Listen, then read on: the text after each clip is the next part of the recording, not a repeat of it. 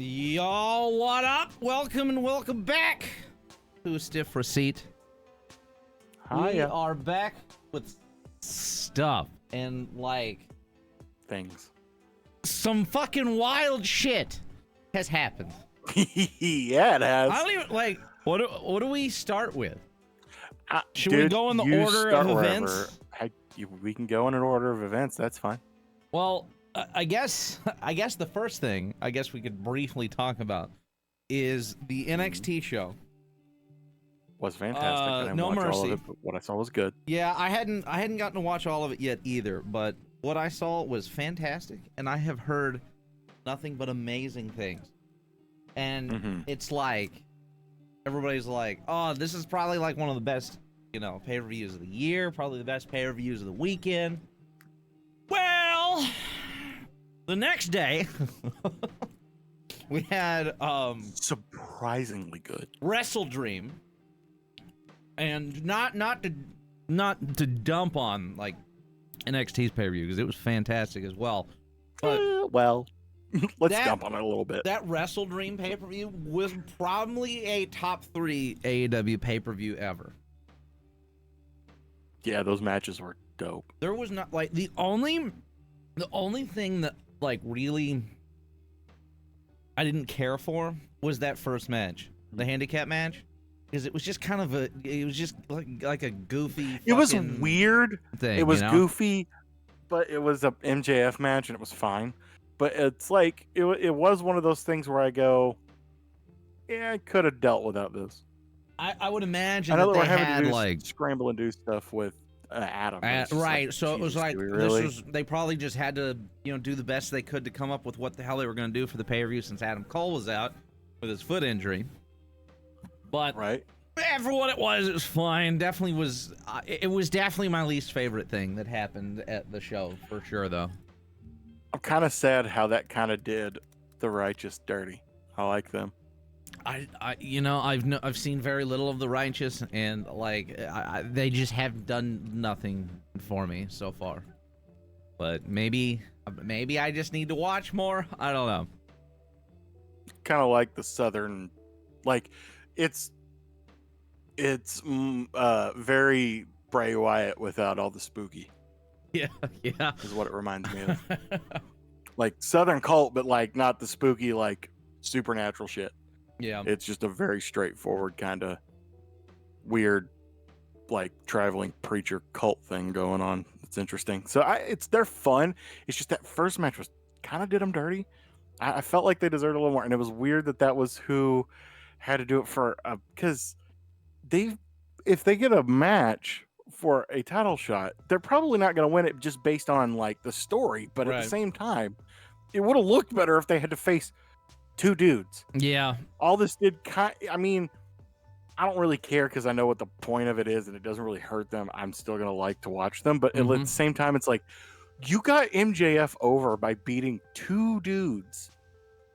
And he was already the most over human being in the world. Exactly, right? Did you really need to do this? Is this important? Yeah. I guess to keep the titles on them to give them more of a reason to hate each other at some point, I guess works. But it was weird. It was a weird match. I wasn't a fan of it, but it was fun. It was a fun match. It was less of a match and more of a show. It was. You're right. It was more of a segment than anything. MJF had that man's dick in his hand for way longer than any dude should be holding a man's dick in a wrestling ring. Far longer than you should be comfortable with, even as a joke or part of a performance. Because at some point, you have to think to yourself, yo, I've had my hand on this dude's dick for a while. I'm going to let go. It was just weird. That was weird. I fucking forgot about that. I wiped that out of my memory. That's the only thing about the match that I can remember. You know what? The I don't remember anything, but I think as well. Yeah, that's true. But I mean, other than that, yeah, you're right. That was probably the most memorable thing, and I completely wiped that from memory. Okay, honest to God, I can't think of a worse MJF match, but that's actually a really good thing. Yeah. Because this wasn't terrible. It's just it was kind of nothing. Is really what it was. It was a match. It was a thing that happened on the pay-per-view. That's really all it was. There was 4. They didn't extend it 0 hour. There was 4 matches. None of the matches in weird. 0 hour was really worth talking about realistically. Well, wasn't Barnett and right? Yeah, but like even then, like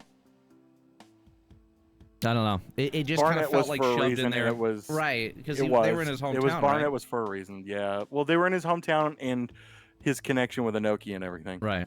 So that was a big deal for him to do that match, which was cool, and it was fun, but it really didn't mean anything. Nothing really meant anything on this because it was kind of just like it was. As much as it was just 2 good dudes beating the shit out of each other. The best part about that match was Jon Moxley on commentary. Bro, he should retire and be only commentary for the rest of his life. I just want him on commentary. And I just want there to be a button just for him because he's going to need his own beep button. He cursed more than I have, and that's saying something. I go out of my way to come up with shit. Yeah. Okay? That motherfucker was coming off his head just saying whatever popped in his head. And it was the most fun I have ever had listening to him for an extended period of time. He's fucking hilarious because he just does not care. Yeah. But fuck him up. God, I will not forget that. From the 0 hour stuff, really the only match that is noteworthy is the Luchasaurus and Nick Wayne match, but it's not because it was a great match, it's because of what happened later in the show. But so in the pre-show, Luchasaurus and Nick Wayne, like Luchasaurus I mean like bro, he's like four Nick Waynes. So it's like obviously it's 4 Nick Waynes together. It was not gonna work, and he got the shit kicked out of him. The whole match was literally just to set up the spot with his whooping his Luchasaurus beating the shit out of Nick Wayne in front of his mom right there at ringside and all that shit because that is important for later in the show. Also, this is the first time I'd like to say, hey, Miss Wayne, are you back on the market? Because like I don't you think would she only is, have to. But that would be spoilers. I mean, fair. Whatever. But after the MJF match, we had Eddie Kingston versus Shibata. That match was fucking great. It was those dudes just so good. Those dudes just fucking went. And the thing about Shibata. Oh, go ahead. I was a little concerned. Like I didn't think that they were gonna take the belts off Eddie. Like that's just crazy. He just got him. Yeah. No, but weird. They kept really shoving that. Like they said it like 15 times about Shibata being the first like modern day Triple Crown champion. And I'm like, are these motherfuckers really gonna do that? Like, please don't. Please. No, I don't. Keep him on Eddie. I was so scared. They really tried. They really tried to just shove that out there, and it made me fucking nervous. I know that made me. I was like, don't do this to him because that would be. I mean, that would be a very Eddie thing to do. You know what I mean? Like that would literally be the most Eddie thing to happen. Is he immediately loses both of them? God, that would have been so fucking sad. Would be great. It would be an interesting character development, and he could work with that, and he would be great. But I don't want that. Please, just let me be selfish for a minute. Let me have Eddie as champion. Let's everybody have a happy moment. But like, I'm glad they didn't do that. And Shibata, every time I see him, he makes me cringe just because of knowing why he wasn't wrestling for so fucking long. Yeah. Oh shit. It's like, for some reason, his is worse than like even watching Stone Cold was. Just, I don't know why. Yeah. And it's just because they put so much emphasis on it, I guess, more than anything. Yeah. But that was a fucking great match. Yes. And then, after that, we had Chris Statlander versus Julia Hart. I said this the other day, and I stand by this shit. Julia Hart is not that good.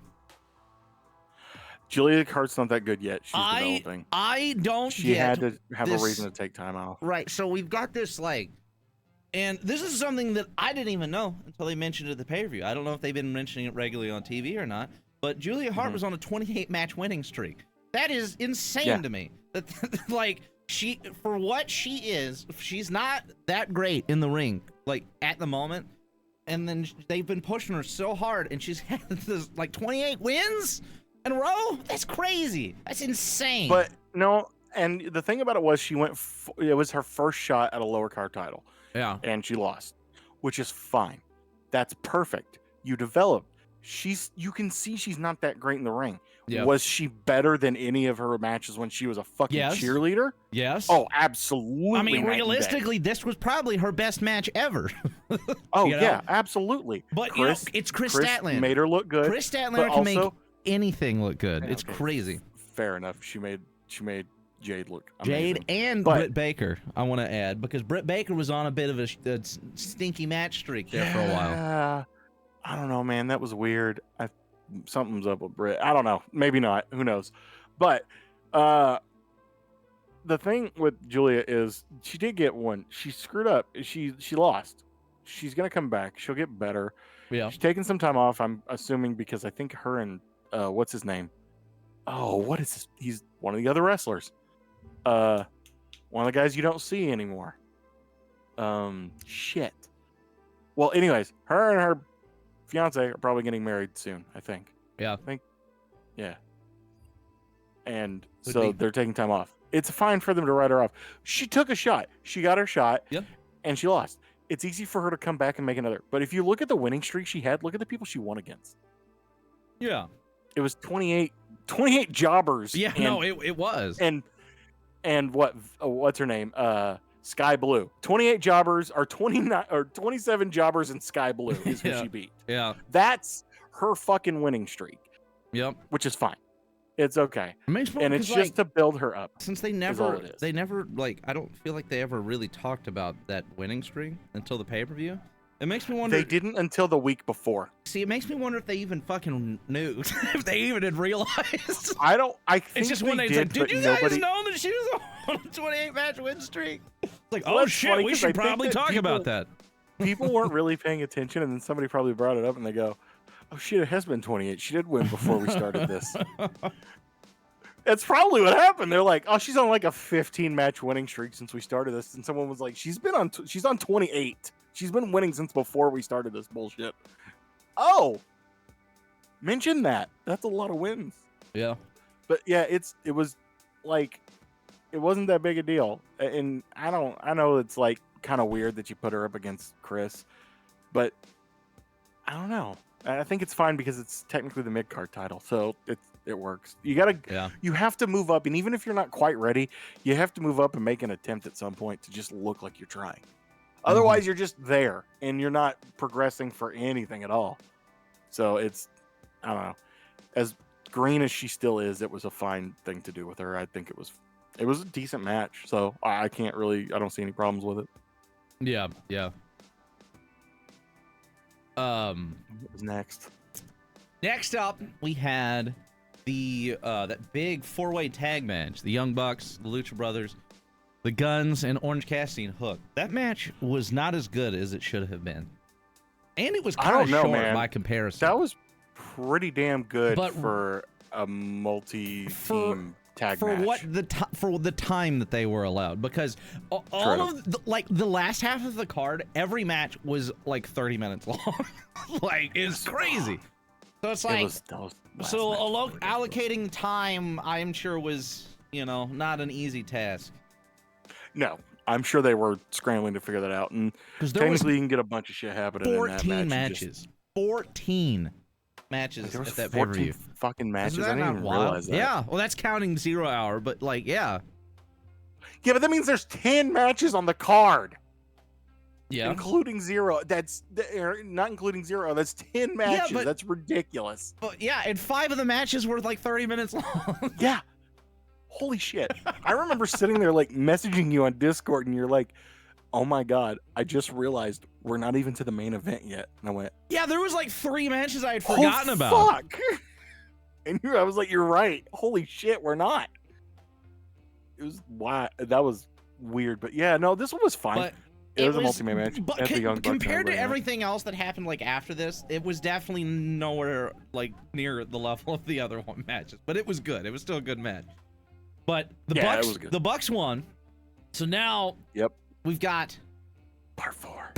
Do we need part 4? Probably. I mean, I ain't gonna hate if I we get think, part 4. honest to God, if FTR loses this and does something else, maybe they win trios, it'll be fine. They can go somewhere else and win other belts anywhere they want. At this point, I they think can go. if we're clearly setting up a part 4. I don't see any other way around it at this point. But no, it's gonna happen. But also, and I think this will be the time that they'll win. I'm can almost guarantee it. Because that would tie it up at 2-2, wouldn't it? That's good. It could, yeah. But I would imagine that this time, I imagine it'll be the next pay-per-view. That'll probably be the pay-per-view that they drop the belts to the Bucks. Which, whatever, that's fine. I think that realistically, and the Bucks are currently the Ring of Honor 6-man champs. Yeah, they're 6-man champs. I didn't even fucking know that. And holy shit, we're just passing around the fucking the Ring of Honor titles. Just put them back on FTR. Yeah, true. Just do that. And you know what? If we're using them right now, put them back on FTR. Make them mean something, and they can end with the ROH titles. It's fine. But if they're getting close to the end, but I think tying up between them and the Young Bucks would be the biggest fuck you to everybody who's like they're better. They'd both be like, no, we're tied. We're here. I was looking to see if they were if we were getting close to what the record is, and the Bucks have the record at 302 days. So I don't see that happening because they're currently at less than 200, a little under 200. Honestly, so you can. That's a kayfabe thing, anyways. So fuck it, let them True. have it. Whatever. It doesn't matter. And nowadays you can't keep a belt on somebody. Well, WWE would like to disagree with me, but I don't think you should be keeping a fucking belt on somebody for years at a time, like it's Bruno Sammartino or some shit like that. Or Hulk Hogan. That shit has done past. It doesn't work in the modern age. No, it does just not. Don't. People get bored. Right. Anyways, that was a good match. Then I liked it, but then what was the one right after this? The match after this was, God, it's really tough because there were so many good matches, but I think this might have been my favorite, and it was the Swerve Strickland versus Adam Page match. Oh God, this was so good. It was just holy freaking shit! It was one of the best matches I think I've ever seen. Yes. They both just fucking killed it. They wrestled their ass off, and yep. With this now, hopefully we are pushing Swerve for the main event and eventual world championship because dude is too fucking good. Yeah, I don't know how you get to him, but get to him decently quickly. Right. I mean, not too quick. Give everybody a meaningful that you got him in there, but we still got to give Jay White the belt. Do we have to give Jay White the belt now? I mean, I don't. I feel like that's what's gonna happen. Is he gonna get the belt? I mean, MJF is approaching a full year. Oh, good point. So, I mean, if they were gonna give Jay White the belt, I think that would be the time. If you're gonna give Jay White the belt, I do agree. Give him the belt. That's fine. If we're approaching a full ass year, yeah, fine. I get it. Also, that would be a badass match for a championship. Is Jay White versus Swerve Strickland? Right, and fuck. It wouldn't. It wouldn't make any sense at this point for Swerve to just all of a sudden it's all right, let's do this. No, I don't think you should move up. I just don't know. I just didn't know who takes it from. Yeah. From MJF. Why, where, what's going on. Yeah. Because I'm really confused on what exactly we are going to do with how we're going to end this with MJF there's a lot of shit with Adam. With Adam, the whole Adam Cole thing is going to be interesting because I feel like that's kind of really screwed things up. His foot injury. Not only that, I just don't know where we're going with it at this point. Realistically, I was hoping for the inevitable, they turn on each other, we run the match back, and then Adam Cole gets the belt. That'd been great. Right. But now, like, if that were to happen, we got some stalling to do, you know? Yeah, we gotta stall. But I'm just looking at it going, I just don't know where we were gonna even go. Like, who's turning on who? What are we doing, dude? I feel like it was going to go the other way. Like Adam Cole turning heel on MJF, and that's what's fucking that's weird. What I was thinking. That's hilarious and fantastic. I know, no, it's fucking perfectly, great. But it's literally just Adam Cole. That's a perfect Adam Cole move. It's literally that's the way to do it. Heels going after each other, and people are like, "Wait, Adam Cole's a heel? Adam Cole's a massive fucking heel, you marks." Yes, he's always been a heel. He was a heel when he joined the company. Yes, he turned on the Young Bucks, didn't he? I don't remember. He turned on. Yeah, because right after that he got hurt. Oh yeah, they were doing that shit where he was. They were trying to like choose between, you know, the Elite or Undisputed Era. Undisputed Era or whatever the fuck. Yeah. Whatever we're calling it. And they were the Undisputed Elite. Elite. And then fucking Bobby Fish showed up, and then Kyle O'Reilly showed up, and then he turned on him. Yeah. That I was gonna say. He was a heel when he showed up. I know everybody loves Adam Cole. Adam's a nice guy, but he's a fucking heel. He's Adam Cole. He's gonna turn. I saw somebody saying that it was who was it? It was Wrestle Juice. The guy, what's his name from Wrestle Juice? When they were doing their Going in Raw podcast, he was talking about like, what was he talking? Oh, he's like, oh, MJF's gonna turn him. I'm like, I don't think he is. I know that people. That's what you would expect to happen. Is the thing. I know that people are. But we don't want the expected to happen. You want to be surprised. Exactly. Also, here's my thought process on it. How do you turn Adam Cole back into or not Adam Cole, but how do you turn how do you make MJF like a threat again?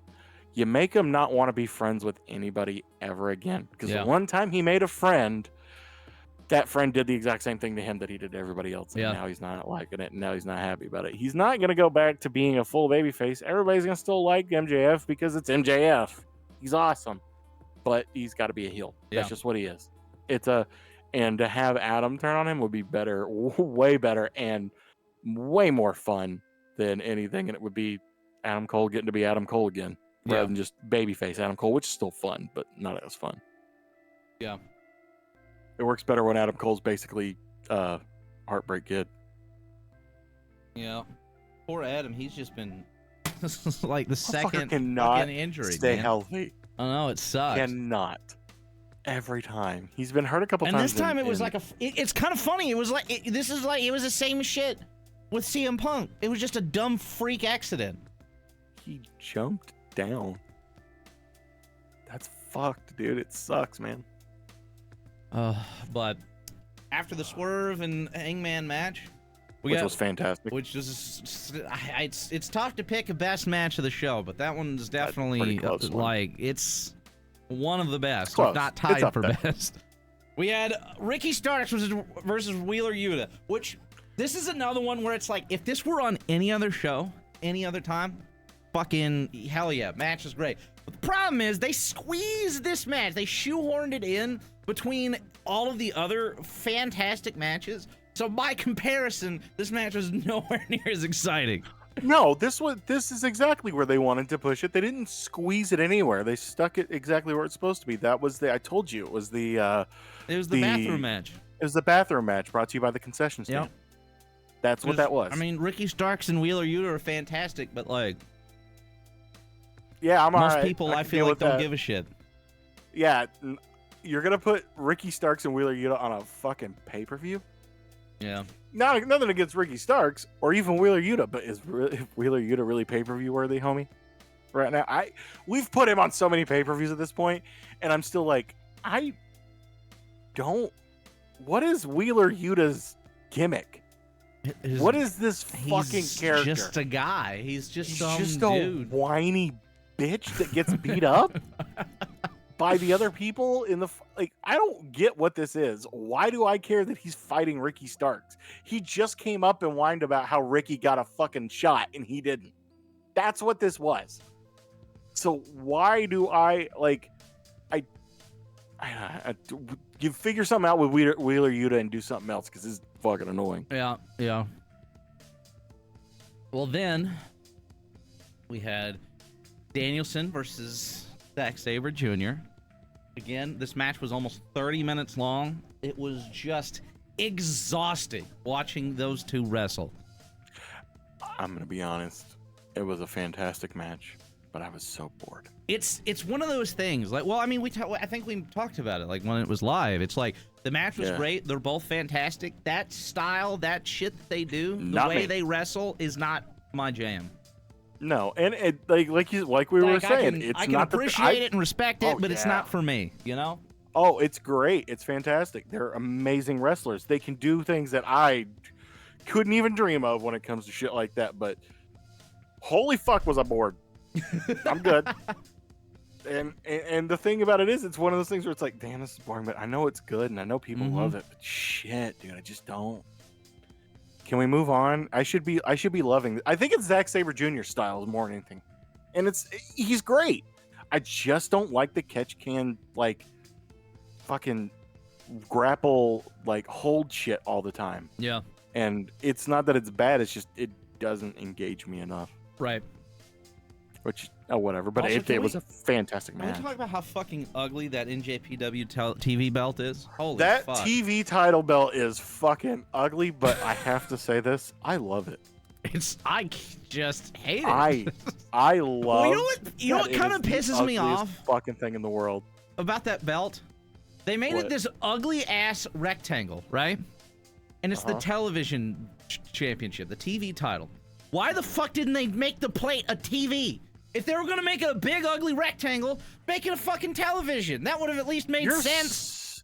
You're such a fucking carny when it comes to wrestling. Sometimes I'm just saying, like, fucking carny. Oh, it's a TV belt. Let's make it a TV. If we were gonna make this big ass ugly rectangle belt, you should have made the plate a TV at least. It's supposed to be what it looks like more. Is what they were trying to go for? Is that 80s, 70s, 80s style. Oh, yeah, for no, NWA TV. It literally looks like something out of the past. Which it looks like an NWA because the world title looks like something out of the future. So yes, it does. It's hilarious. The world title literally looks like something out of a fucking anime, and the other one looks like something out of fucking 70s wrestling. Most things over time, you know, the more you look at it, I can kind of it'll grow on me a little bit. That belt, that stupid ass like butterfly anime ass looking belt, like nope, doesn't do it for me. I can't. It's just oddly shaped, and then the way that the belt itself is actually shaped around the pointy bits at the top, it just, I hate it. I just don't like it. The NJPW belt, not this one, the one before it was way awesome. Better. Yes. The one that like why did they get rid of it? Oh yeah, the one that Omega had and stuff like that. That was like kind of more round, and the one that JY, those were fucking dope. That was a dope belt. But they have so many belts. It's way hard to even keep track of. This one looks like something on an My Hero Academia fucking character. It's so anime ass shit. I don't even, like what? Man, what do you expect? Do they even have any belts at this point that look good still? I guess the U.S. belt does look pretty good. U.S. belt looks pretty good. I do like that one. The New Japan Strong belt looks good. It looks all right. Like, it's way better than the others.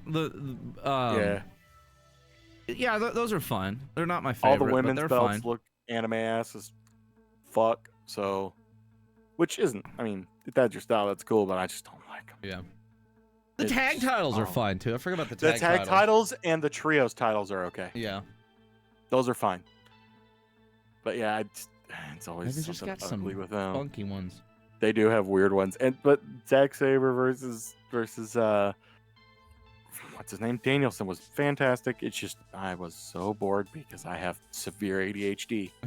So not Zack Sabre Jr.'s fault that I don't dig him. Which is funny because the next match is the complete opposite.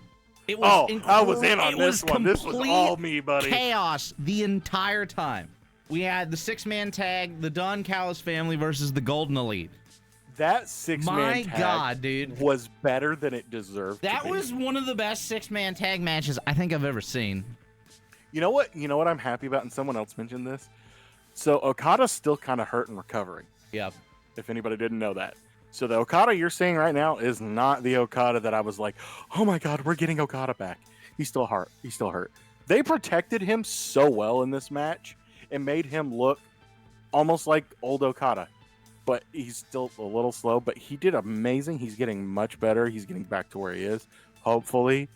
But like, the whole match was great. Fucking everybody that's on the other side that's supposed to be taking the people's spot in the babyface team, those heels, all those wrestlers are who they are in those spots, and they're on that team for a reason. Those like Sammy Guevara's fucking great. Everybody knows Will Ospreay's great. Takeshita's amazing. Like, that match was Chris awesome. Jericho can still go. It's my weird. God. He did an amazing lion salt. Yeah, like holy shit. freaking Jericho's it's wild to me because like I don't think he can go as well as some of the other people his age. Like I think no, there's other guys that are his age and Christian and some of those dudes can go better. But the thing about it is, Chris Jericho ain't ever quit. He's just all the time. There's been little down times for him. Right, like when he's on tour and shit. Yeah. Year or two maybe at max, and he'll come back and he'll wrestle. He never stopped. He never stopped being like a full-time guy. He went everywhere. He did what he wanted to. He's been wrestling consistently all the time. So, like, he has actually probably as bad as, like somebody like Edge's neck is, he probably has less wear and tear on more wear and tear on his body than Edge does. Oh, I'm sure he has way more wear and tear than both those dudes. Feasibly. I mean, Edge didn't wrestle for what, like 7 years or something like that, or 10 or something. I don't remember. Christian's been working more, but his style, he's very good at keeping himself. Yeah, well, and Christian also because he came back to WWE and he was in the kind of position like Edge where they weren't really using him for anything. And then he comes to AEW where he's again hasn't been used a whole lot. And then when he was getting used more, it was mainly like promo stuff. So when he does have a match, it's fucking great. Edge on the other hand, like bro, some of the last few matches that he had in WWE, like in the match they had with Sheamus the other day, fucking incredible. The one was his Hell in a Cell match with Finn Balor. The Demon Finn Balor. Holy shit. Yeah. That match was incredibly awesome. And that match was great. The match he had, I think it was the one with Austin Theory. Where, what was it? He fucking, like, sent him and Edge did a fucking backflip, like a running backflip up the turnbuckle and then landed on his feet. The man is almost 50. How the fuck did he do that? I don't know. That one threw me because I'm like, has he ever done that before? I've never seen him do that in my life. I don't remember any time he did that when he was like old WWE runs. I don't remember any of that. And the dude just kept going. And I'll talk about that more. But anyways, like it's just like. But the thing about that is that's talking about that he can do that, and he's had a little less wear and tear. Jericho probably is a little more, and because Jericho does crazy shit. Yeah. Really fucking crazy shit still.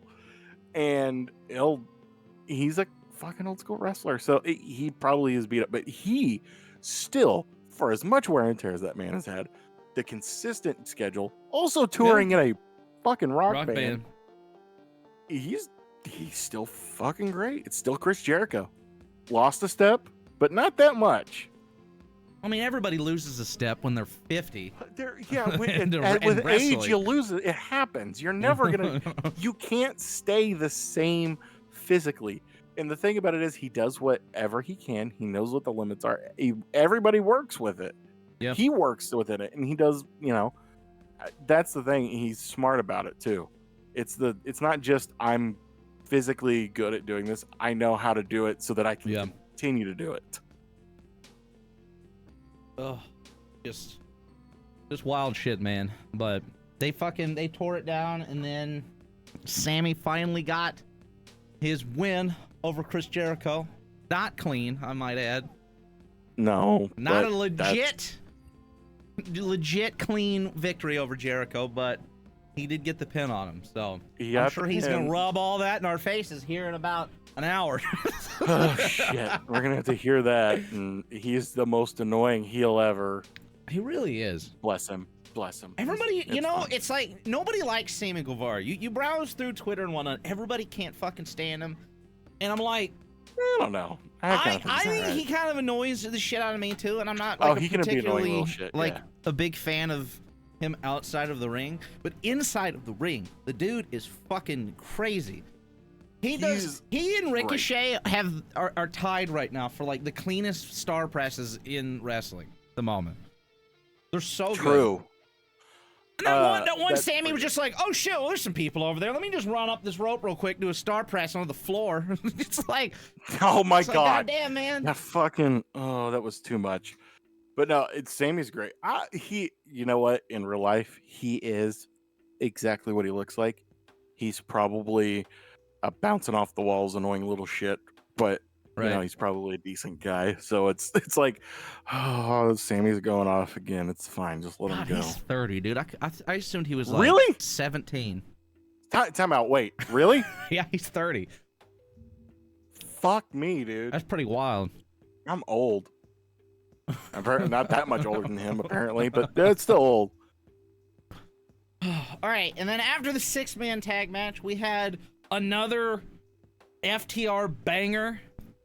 It's kind of wild how it doesn't matter who FTR faces. It's always like at these big pay-per-view matches, especially, it's always a consistent 30 minutes or near 30-minute, just absolute, just banger of a match.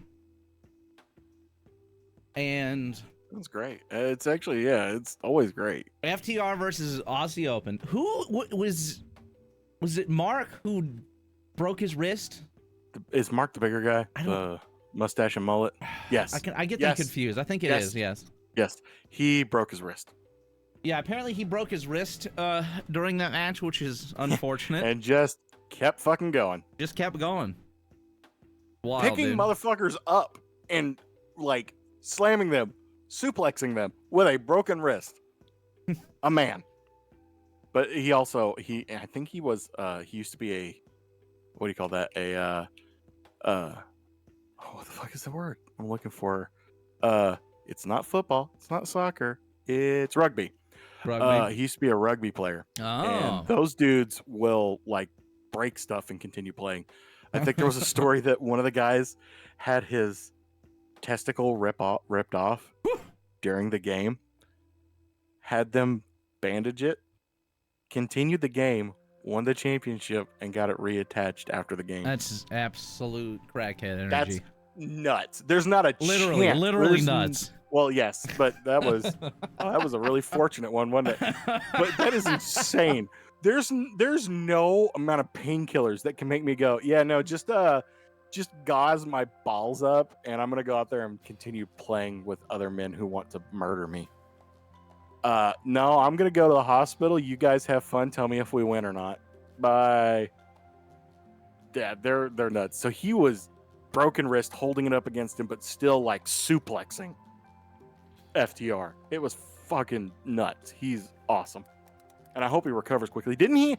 Was he the one that also had the surgery? See, I was about to say that. I don't remember which one it was, but one of the two, they were out for something as well, because I remember the story because I think it was him. Tony had the surgery. He got him a contract and offered to pay for his surgery. Yeah. Because if he's the one that had the surgery, that sucks. Because he's hurt again, and that just fucking continues to happen. It seems like, but I like Aussie Open. Hope they get another chance. They're again. Great. That was an awesome match. It was a great match. Great match. I imagine, as I said earlier, we're setting up the FTR and the Bucks for.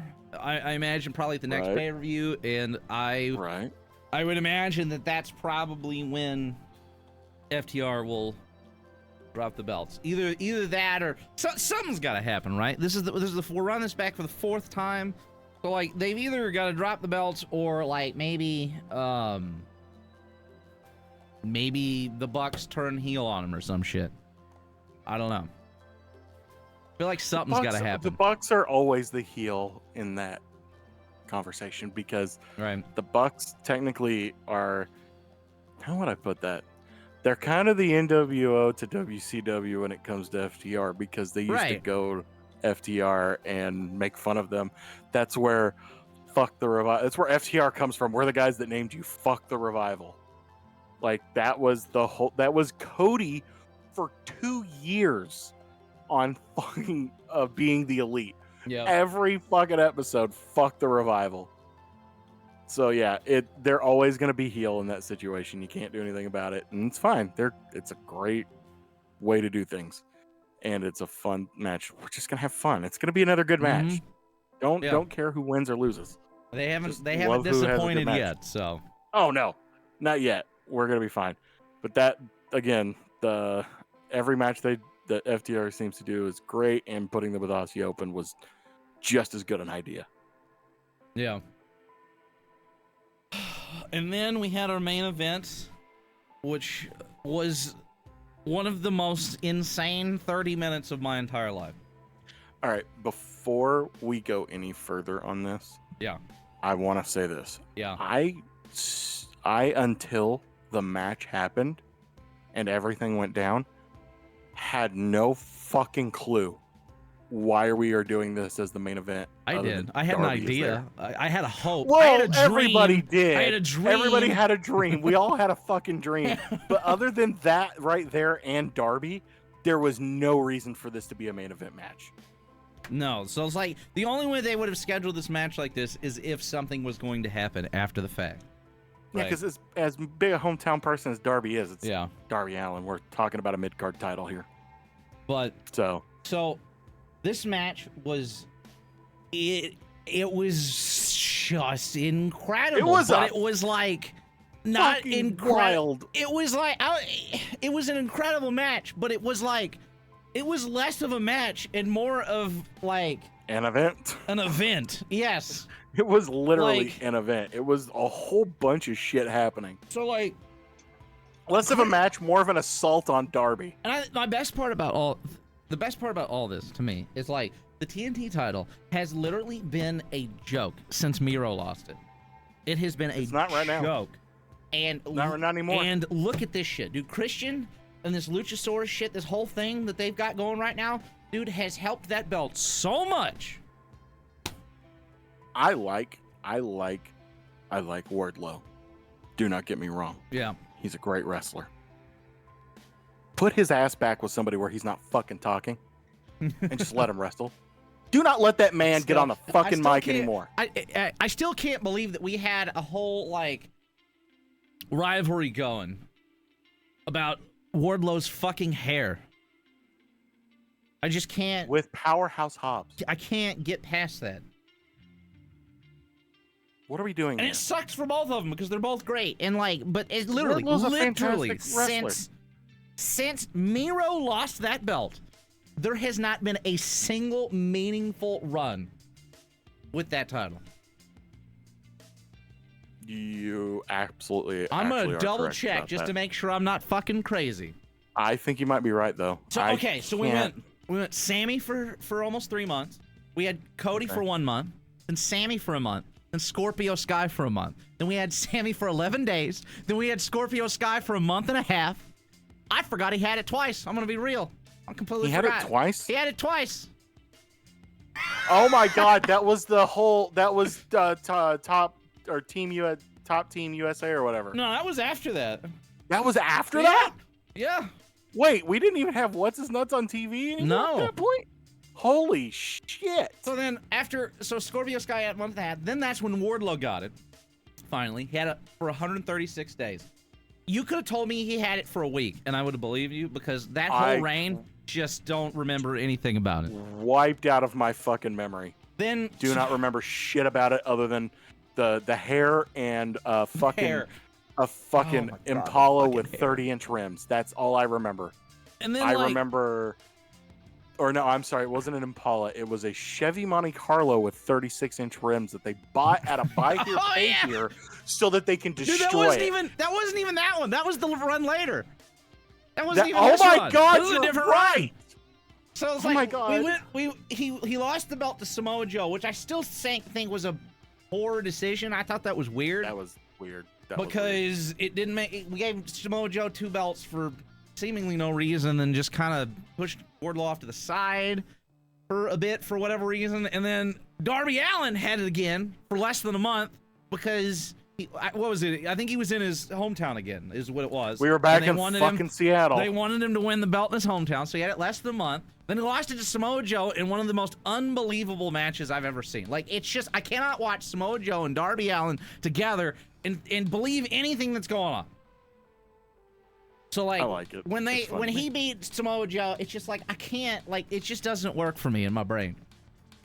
But then Samoa Joe beats Darby Allin, has the belt a fucking month, and then loses it to Wardlow with the whole hair thing, and he's cut the hair off. They had this feud. That was with Samoa Joe. And then the motherfucker has the belt for 3 fucking days. 3. Doing this stupid ass hair storyline for 3 days. It was 3 days, and then he lost it to fucking Powerhouse? To Hobbs, who had it a little over a month. That was when the car thing came into play. Oh God, the fucking car. Then Wardlow had the belt for a day shy of 2 months, just to lose it to Luchasaurus, who had it for 100 days. I say Luchasaurus. Like, he obviously had it, but it was Christian. It was who Christian. wore the belt. And now Christian currently has the belt. Like, it is actually his now. Are we gonna make? Hang on.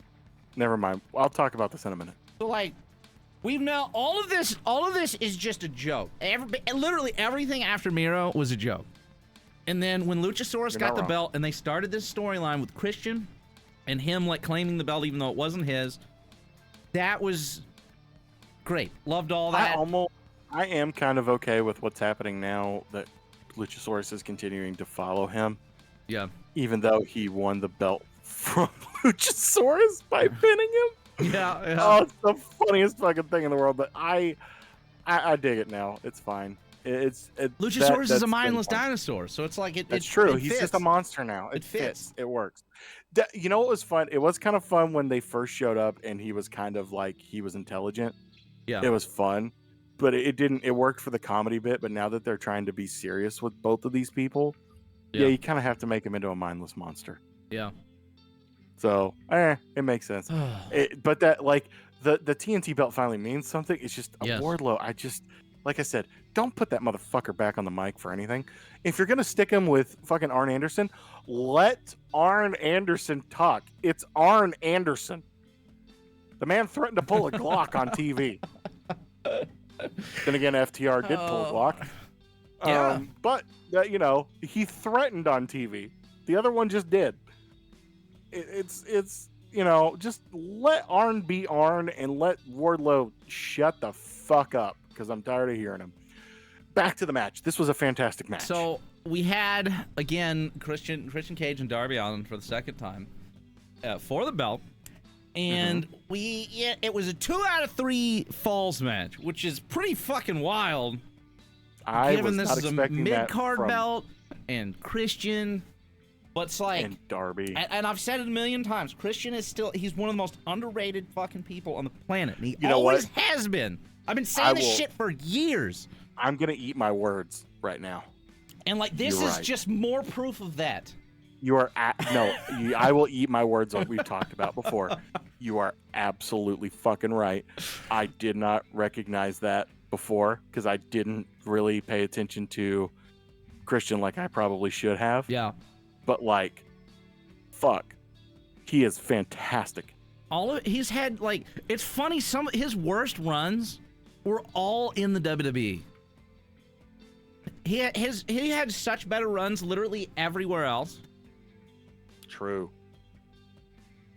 I guess the only one that could be he had a fantastic run early on, obviously, in the WWE with the tag belts and the the Hardys Well, and the yeah, Dudleys, but like the Hardys, Dudleys, like them, it was fun. But like him by himself, he did kind of get. I guess you know what it was. I found this out he recently. wasn't utilized. A lot of the shit he did with Chris Jericho and whatnot during the early 2000s was really fun, but well, Christian is a victim of Vince looking at him and going, "I don't like that little shit." Yeah. And never using him because he didn't like the way Christian smiles. He thought he was annoying, and it's the Christian smile that got him fucked over by Vince. Yeah. Which is funny because if you look at Christian's smile, you look at him and you go, make him into a bad guy, and that's perfect. Right. And it is. He's a great heel. He's a fantastic He's always heel. been a great heel. Oh, like I think the problem was I wasn't connecting early on with Christian because he was stuck with Jungle Boy being his time with Jungle Boy and that whole shit, I didn't like any Jurassic of that. Express was awful. No, I hated and like that. the stuff that happened after that, I wasn't a big fan of. It was not great. As soon as it they've kind of figured it out now. As soon as he started talking about people's dead dads, it started getting better. Oh God. But they fucking Darby got the first point like pretty early on. Yeah, it was pretty quick. It was a really good quick one too. Yeah, and it was awesome. So like they have this match. It's mostly a match, and then at one point in the match, they go and get the steel steps, and I have seen a lot of things that were like hard to watch in wrestling. This might have been the worst. Can I talk? Okay, here's why it's the worst. They teased the fucking suplex, the regular ass suplex, and he fell on the floor. So you had this sigh of relief. It's like, oh fuck, he isn't gonna do it. I was like, oh sweet Jesus, I've never been happy about suplex but the to thing the floor. was, like, normally, anytime ever that anybody has ever used the stairs for anything, it's a flat back bump on the flat side. Oh yeah. I have never, ever in my life seen somebody intentionally throw a man onto the edge, like the step side with the edges. Never have I seen that until that night. So yeah, we got that fake and out. I never want to see it again. I never want to see it again. I don't care which one you fucking Joey Janela. If I see a clip of this on the internet, I'm hunting you down. I will find your goofy ass because you're the dumb one to do something like this. Never want to see this shit again. But there's been some fucked up stuff in death matches that I hate seeing, and I have to deal with it. Fine. This is one of those things where I'm like, you didn't have to fucking do this. There's no point in it. And it had to be a 100% Darby's idea. Oh, it was absolutely his dumbass idea, and he broke his fucking arm. That's what I've been trying to see if he actually did. Like he had the sling, but I've not seen an update. They haven't said anything yet, so that's one thing he might. I guess we'll find out tonight. But he at least fucked his arm up some way. They there's no way he couldn't have. With the first one from the apron or whatever, I was like, oh, thank God they aren't actually gonna do it. Then he picks his ass up on the floor and does it. He throws him like on his back onto the step side, and he lands on his forearm. Like sort of on his side, on his forearm. Ooh, it looked bad. It looked really fucking bad. There was nothing about that bump that looked like it was gonna go well. And there's no way he could have flat backed that to land well. No, there's no reality where that didn't hurt in any way that you landed on. There's no reality that he takes that bump and he isn't out for a week at that point. To me, there's no way that I look at that and I go, and his ass was meeting with the guy to plan his fucking Mount Everest climb in the morning. Did you see that part of the scrum? He's gonna die. He's gonna die, isn't he? He literally. He's gonna be. That's a dead man. He comes out there with a sling. Tony Khan nearly shits his pants because he didn't know. Oh my God, I forgot about that part. And he's wearing the sling. He's like, it's like, yeah, after this, I'm heading to the hospital, and hopefully it doesn't take too long because I've got a meeting with my Mount Everest climber at 8 o'clock this morning. I hate him. I do sometimes. God. I love Darby Allin, wrestler, but like, he's such a fucking. There's a reason let's just put it this way. Yeah. I like him. He's not stupid, but there's also a reason he's a wrestler and a skateboarder because he's kind of fucking nuts. Oh yeah. So. I don't know, man. he scares the shit out of me, and I'm afraid he's gonna die up on that mountain. I'm afraid he is too. But after that bump, you're like, oh, that was the worst thing ever. Never want to see that again. They bring a legit stretcher. They do it one more time.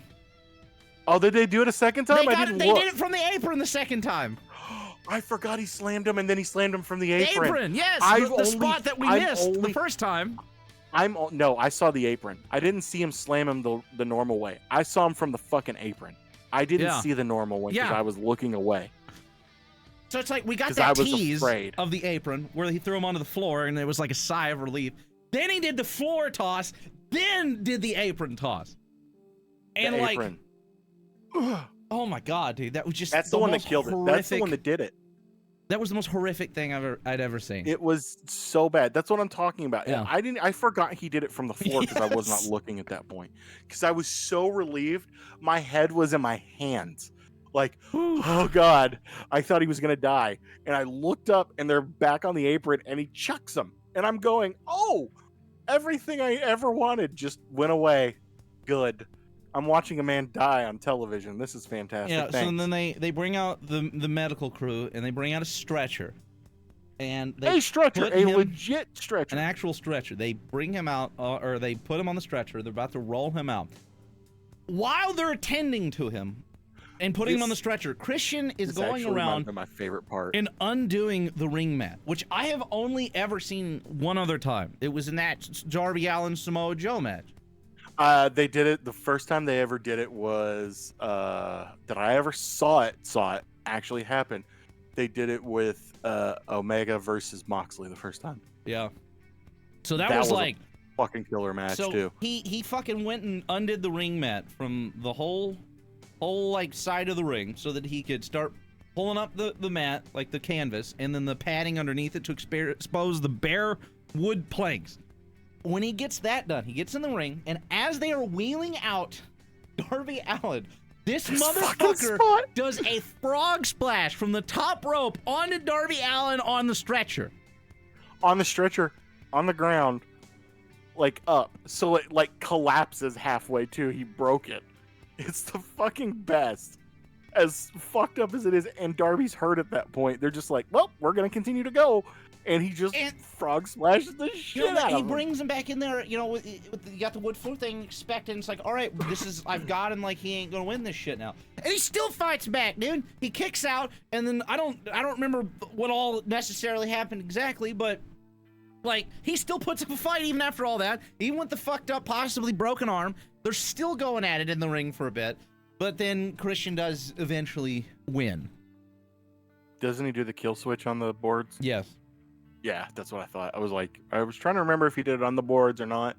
But yeah, he got kill switch on the boards. And that's fucking brutal looking. The match ends, and then we have like Luchasaurus, and then Nick Wayne comes out there. And obviously you expect Nick Wayne to beat the shit out of Christian and, help Darby out. But he's got the belt in his hand, and he instead decides to hit Darby with it and side with Christian. And this is... he doesn't have a dad. The whole thing was like, to me, it was the same thing as when like Jimmy and Jay like turned on each other whenever the hell that was. Stupid fucking finish. But that was like at the moment it happened. I had to like sit on it for a minute. And then I was like, everything that's going on. What the fuck are we doing here? This was dumb. Like, there was no reasoning for this. And then there was no point. You got, because also during the match, I forgot to mention, Christian was flirting with Nick Wayne's mom, and then she splashed a drink in his face, which was funny. I would like to just say, I get it, Christian. I get it. I really fucking get it. But anyways, she's a very pretty lady and a very nice lady, I'm sure. Christian's been hitting on his everyone's mom for a while. But definitely his. Yes, definitely his mom. And the line about like oh, she hasn't posted any bikini pics in a while, but don't worry, I'll DM her and ask her about it. Yeah. It's like, that's fucking great. And like, so realistically, it's kind of I love it because it's like it's really a dumb. The way everything happened was dumb, but like realistically now, they're setting up this thing for Nick Wayne to have like Christian be his dad. is what Oh, this is great. And like, I'm actually this gives this like this with is so especially good. with all the memes and shit about Christian this like is so good. talking shit about everybody's dead dads and like, you know, the last media scrub when he sat down and the first thing he said on the mic was, "So how was everybody's dads doing this evening?" It's like so good. This is gonna be like the shit that we're gonna get from this is going to be awesome. I can't wait. Oh no, it's gonna be a fucking madhouse is what it's gonna be. Yeah. Because it's gonna be more of just the stupid shit that he's been doing with like your mom, like how's your mom, or I heard you don't have a father. Yeah. And like the whole everybody's a fucking shithead because they don't have a dad, but it's just because he's an asshole. Great fucking gimmick. I love it. And putting someone who's like, yeah, I don't have a dad anymore, I guess I want one, with a mom that hates him. Are you serious? She can act. She's part of it. Right. I think she's been in the industry before. If I remember correctly, she's at least been with Buddy Wayne and everything. So, like, she's gonna be fine. It's gonna be fun. I have no problem giving more stupid shit for fucking Christian to do because he knocks it out of the park every time. He's so good.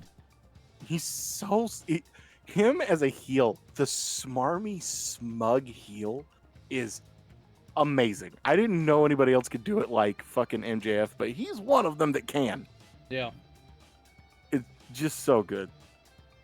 But during that, what happened was the way that actually happened is they did the thing and then he starts beating him up afterwards, and was it Luchasaurus came out to help beat him up, and then Nick Wayne came out and you thought Nick Wayne was going to help.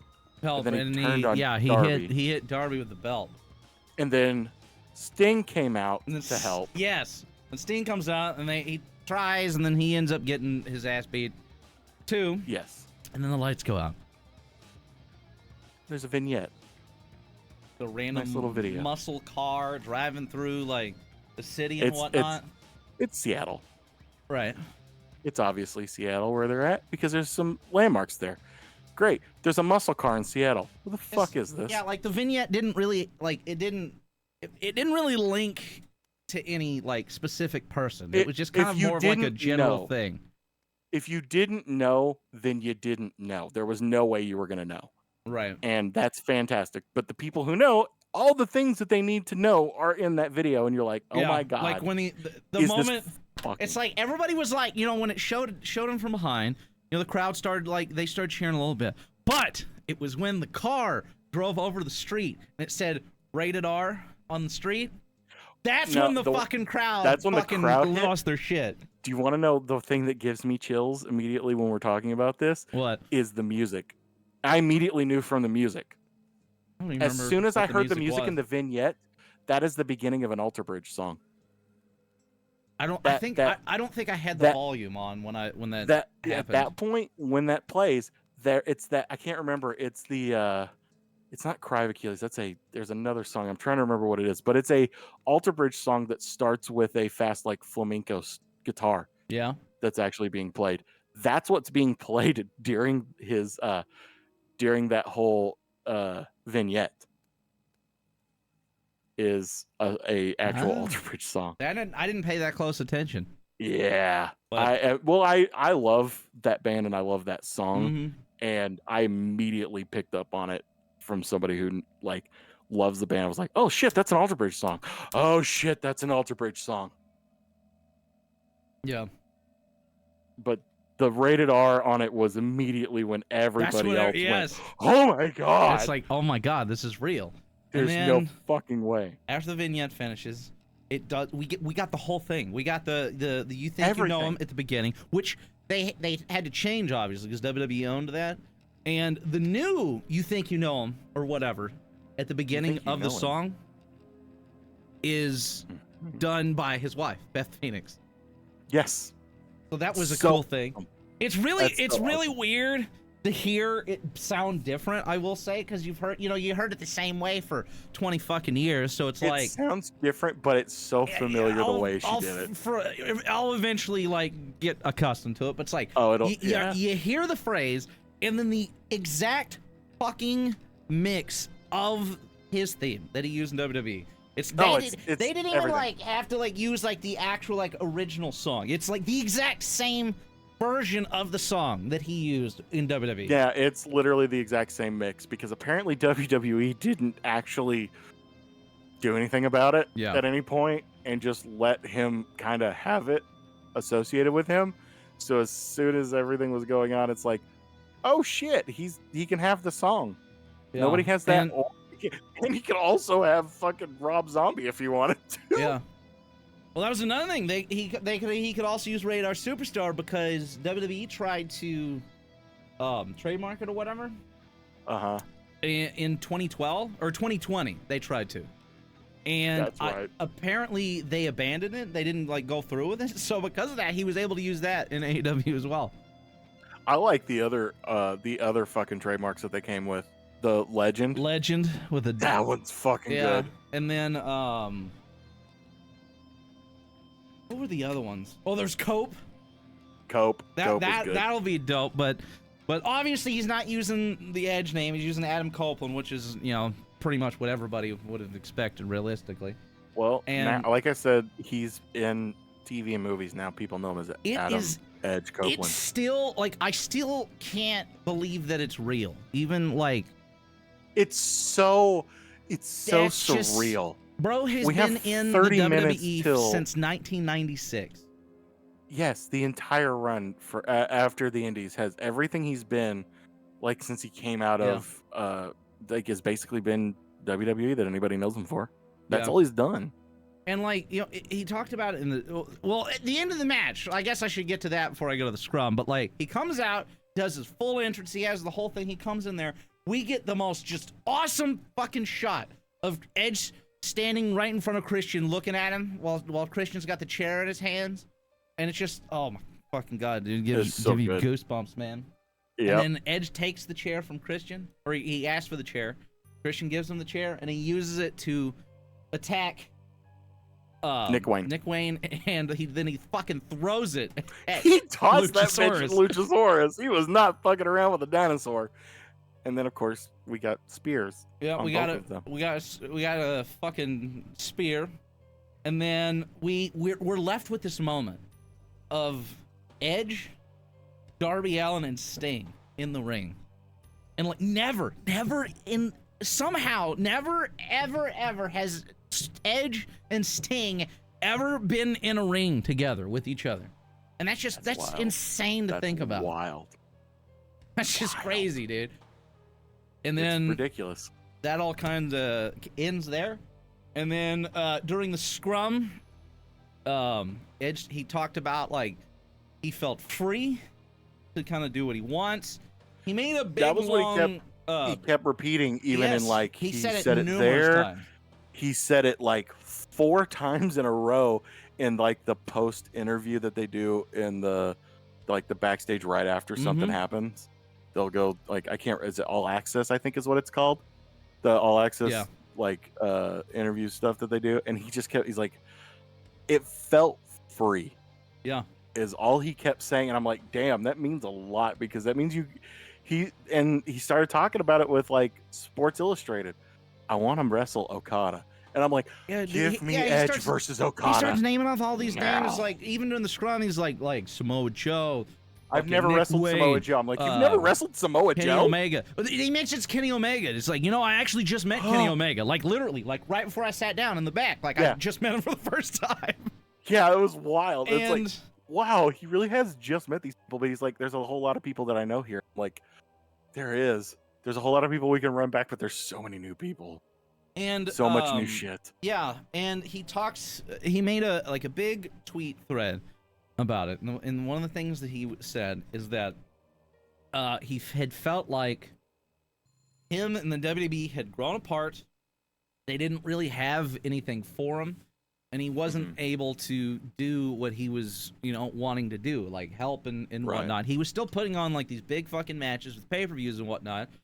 But I think it's clear because they did confirm also that he's not like a dude that's gonna be around here and there. He's a full-time guy. He's gonna be on Dynamite and Collision. Like he's gonna be on TV tonight and Saturday, and he's gonna be a regular. And he wants to actually wrestle. And Yeah. I think what I'd mentioned it before, this was like the same exact situation that Bryan Danielson was in. Yeah, it literally. He had the neck injury, so the WWE they were being super overprotective and what they were wanting to do with him. And all his ass wanted to do was fucking wrestle, dude. He just wanted to go out there and wrestle. And they just weren't letting him do it. And now they're both gonna get to wrestle as much or as little as they fucking want. And do what they want as long as they're cleared. And that's all that matters. We're gonna get the end of Edge and Christian's careers in AEW together. They're both together. Holy shit, dude! That's got me so fucking excited. And you figure as well, the Hardys, same fucking thing. They're probably they'll see through the rest of their career in AEW, I imagine, as well. Oh yeah, and absolutely. I know it wouldn't be as exciting now in today's current day and age, but one time, just give me it one time. It wouldn't run it back one time. It wouldn't be them doing the crazy shit that they did before. Not as crazy. They would still probably do some weird shit. Match.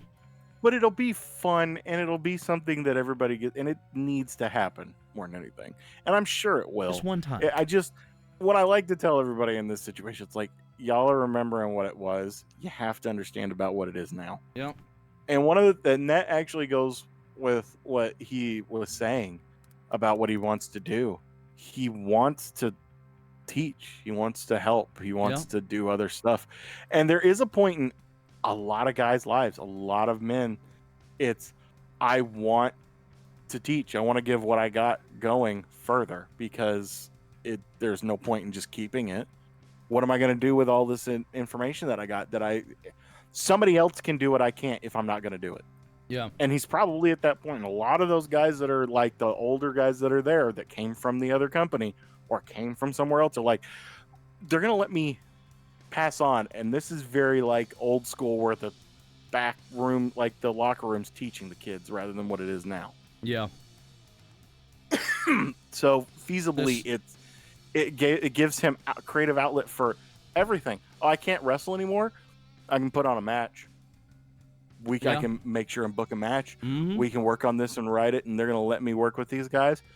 They're always, like, you always hear, like, oh, so-and-so taught me how to do this really cool thing. Or we worked on our promos together with some random guy. Like, people randomly talk about, like, doing promo stuff with, like, Eddie Kingston. Because they're like, Eddie, you're really fucking good at this. He's like, well, just do this and just talk like this. That was another thing I saw today. Like, Edge talking about wanting to have a promo battle with Eddie Kingston.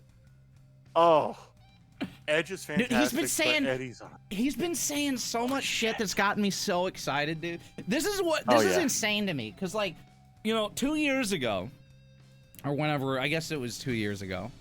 Been about 3 or 4. I was like so excited. 2 for you, yeah. Well, 2 years since CM Punk's debut. Oh, true. That's what I'm talking about. I didn't even think about that. Yeah. That was like when that happened. I was so fucking excited. And like the shit Punk was saying, he gave these fire fucking promos, and he was talking about like coming in, wanting to help people and do all this shit. Which and then I believe he wanted to do, and I think he did to an extent. And then as everybody knows, everything just kind of fucking went to dog shit. And because like now, it's CM Punk, and that's we're what having happens. the same exact repeat of a thing with another one of my top favorite people ever. Except this time, I think we all know that Edge isn't a piece of shit. Yeah, we all know that he seems to be a relatively stable individual. He's a stable person who seems like a genuine human being. A genuinely good human being from all accounts, from everyone. This is literally like the exact same shit. It is. And it's like now I'm all hyped again, like I was when that happened. And I'm like, I'm so fucking excited to watch Dynamite tonight. The difference in this between me and CM Punk, between this and CM Punk for me, put it that way, is CM Punk I was excited to see because I never got to see him. Yeah. I never knew what he was, things, and I saw promos and I saw some matches. I never got to see him do the stuff. Yeah. And I wanted to watch that live because it's different watching matches back than it is watching them live. Right. Is it watching a match back and it's still a fucking banger ass match? Hell yes. There's been a lot of matches where I've popped after watching them later It's But just there's a different in like knowing there's energy there happening and then seeing things happening live. I wanted to see that with CM Punk. The problem is we all found out what CM Punk is like. This is the thing. Unfortunately, This thing went and full we don't circle get for that. me. I now also have. Oh, well, here. Let me finish this real quick. Yo, the you thing go ahead. with Edge, with Adam, is the thing with Adam is I now can. I knew who he was. I've seen his matches before. I kind of watched a little bit when he was going, like that first when he was with the Brood, when he was with Christian. I kind of watched and saw some stuff, so I knew what Edge was, and I was excited to see him come back. And I watched him in WWE. To see him jump from WWE, a legend like that, to jump from WWE to AEW because he's like, I'm not getting fulfilled. Oh God, that means you have all these ideas. They're either going to be great or they're going to be terrible, but I'm here for either one of them. Yeah. So it's just a whole different excitement. Like, and he is saying all the right things though, and it seems like with his temperament, with what we know have about you ever Edge, heard anybody say anything things, negative about him ever? Exactly. That's what I'm saying. Like everything you've ever heard about him is he's a nice guy. Yeah. His temperament, every time you've seen him talk, has been amazing. So even if he's got he's maybe not an entirely fully stable person because most of us aren't, he at least knows how to act in public. Yeah. Just saying.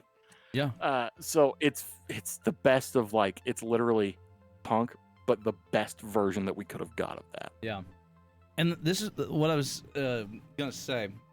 This whole thing is kind of gone full circle because when I stopped, I don't remember what year I stopped watching exactly, but when I started watching again, originally in the early 2000s or 2010s, I mean, right.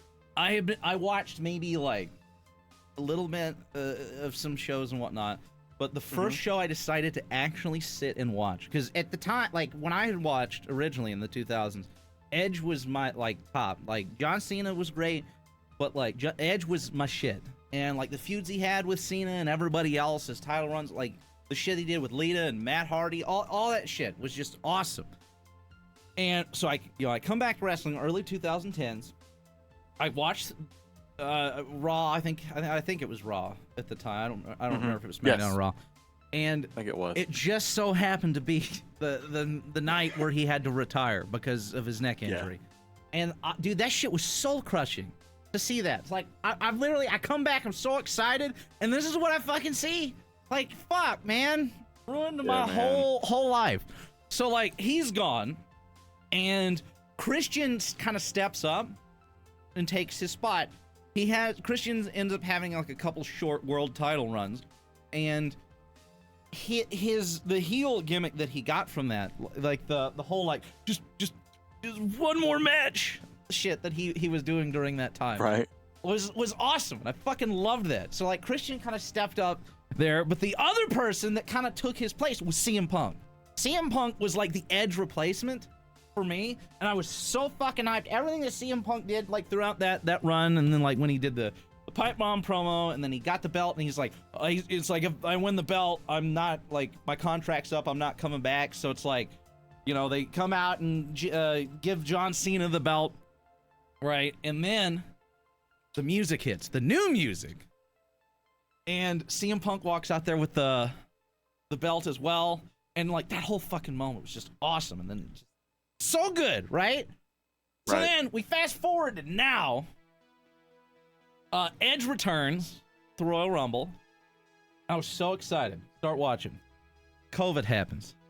So I can't really fuck with watching it because it's just the no crowd thing it just sucks. Just couldn't get into it. I thought it was fine. I just couldn't. It was weird and awkward, and I just couldn't. So I just really couldn't get into it.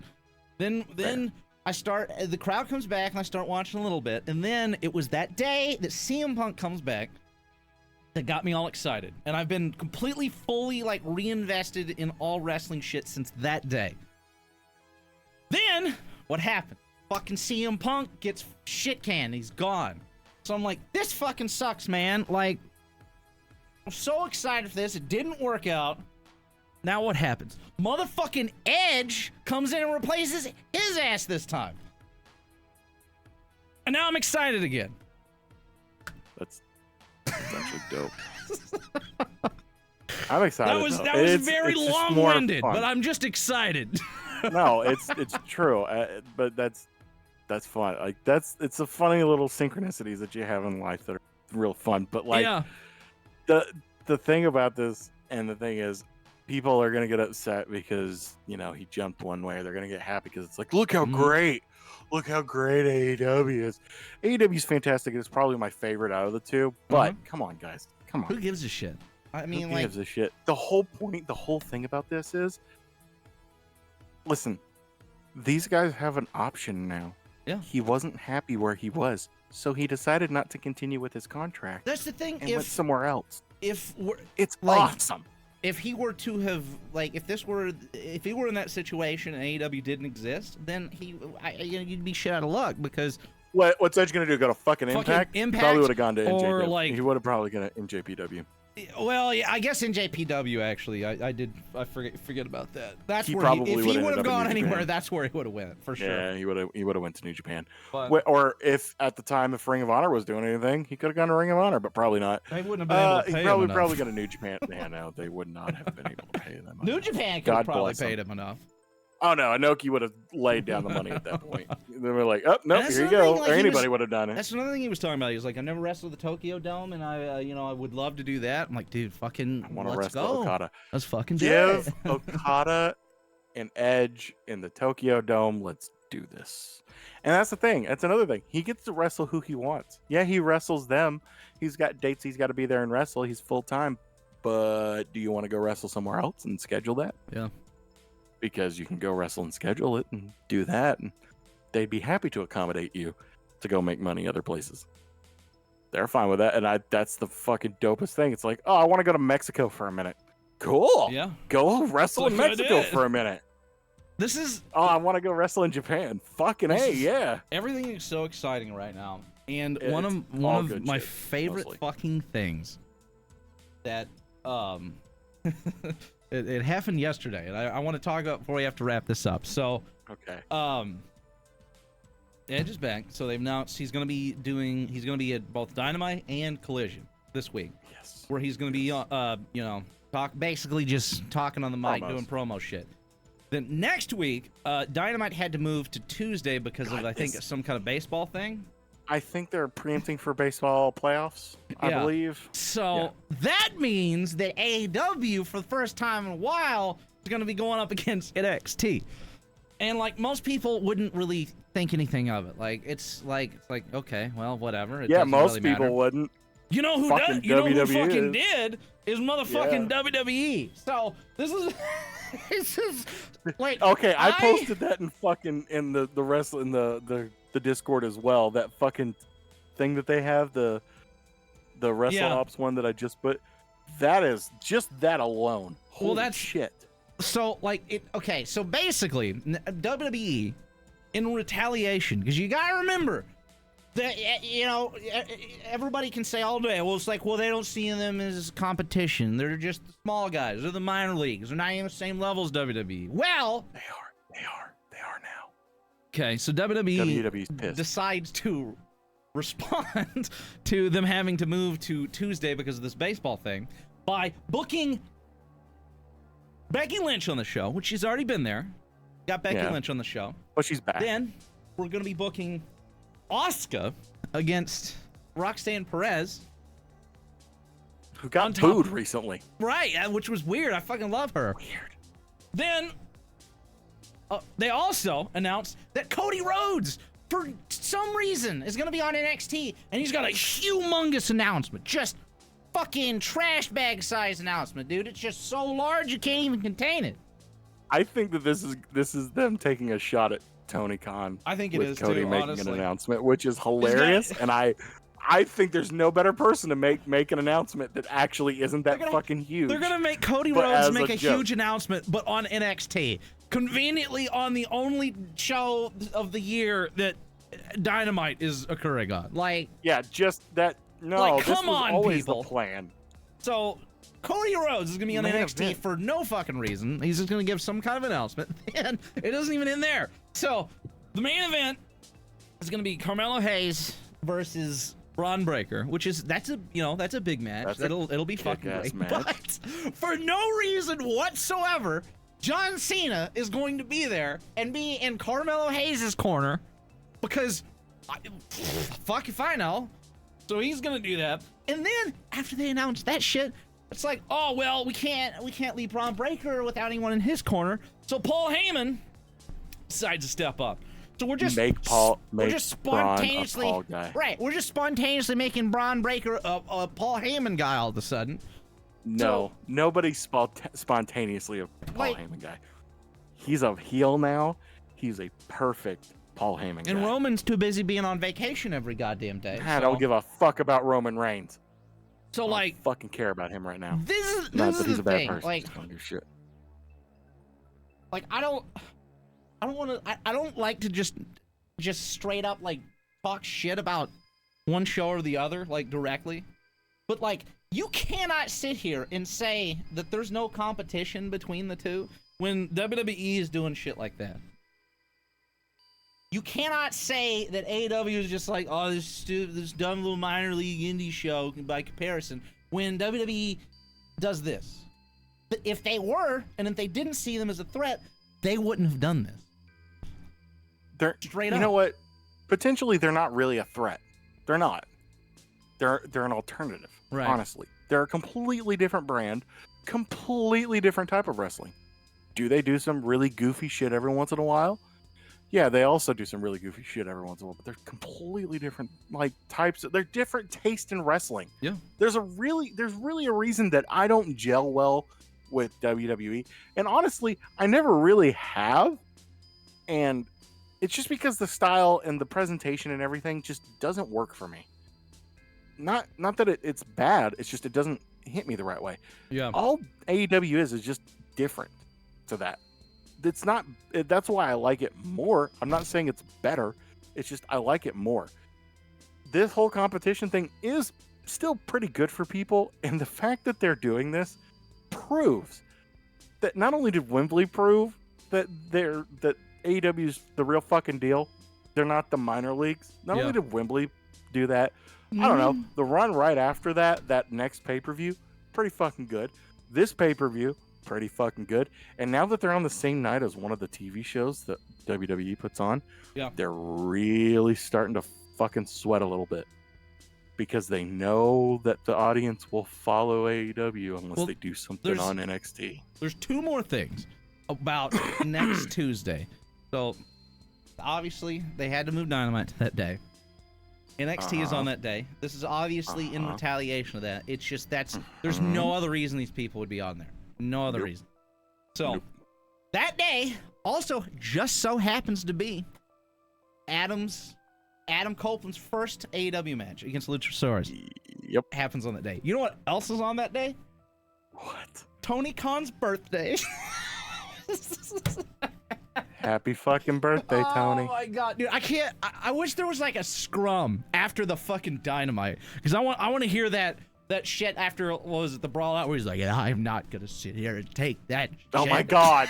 Oh my god. I'm so fucking happy. I need that in my life. Tony will be all up in his testosterone for the first time in about 6 months. He'll be all over it, man.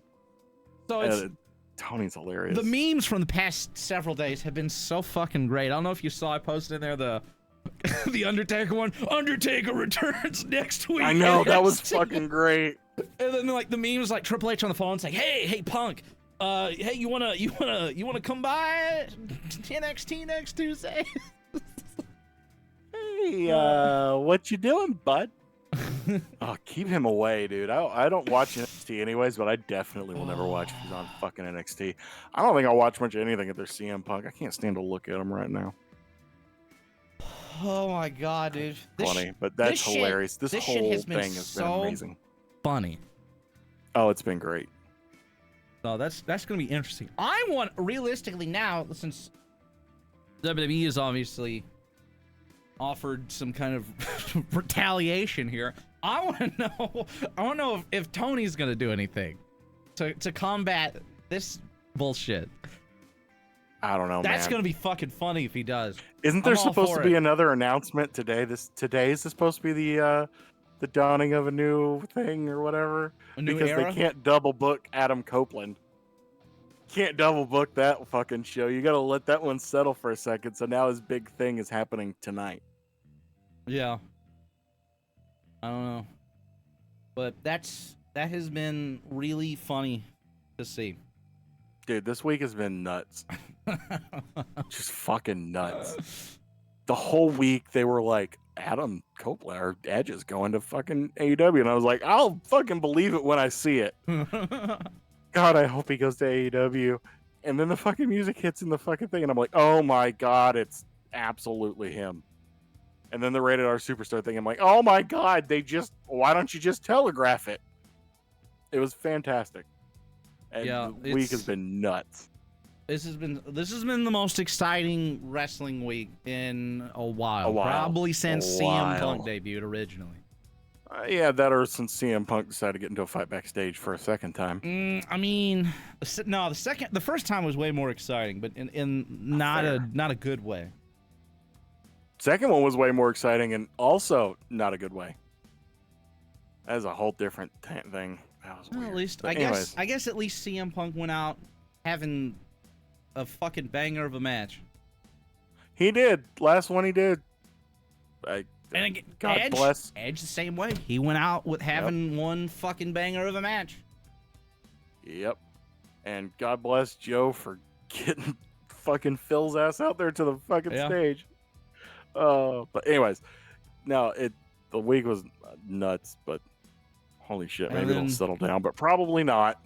It's looking like Jade Cargill is going to be at Fastlane. Whether or not she does anything, her business. but it does seem like she's going to be there. And not that it was any kind of surprise during the last few vignettes, they have officially announced that Brian Pillman Jr. is going to be in NXT, as if it was a secret. As if anybody had a fucking doubt. So they did officially announce that. I'm excited to see what happens with both of them in the WWE. Honestly, yeah. I want to see where he goes. He probably will work better. Especially, I think will do so much better with WWE. And then if they put Brian Pillman Jr. in NXT and like actually use him, because that was the big thing with him in AEW. He wasn't like super great, and he was obviously pretty green on the mic, but he didn't he was just in like a random dark match like here and there, and that was mostly it, other than like a few other things. So they didn't really use him at all. I think he got there. He got down to Florida. He got some contacts, and he just kind of coasted his way through. Yeah.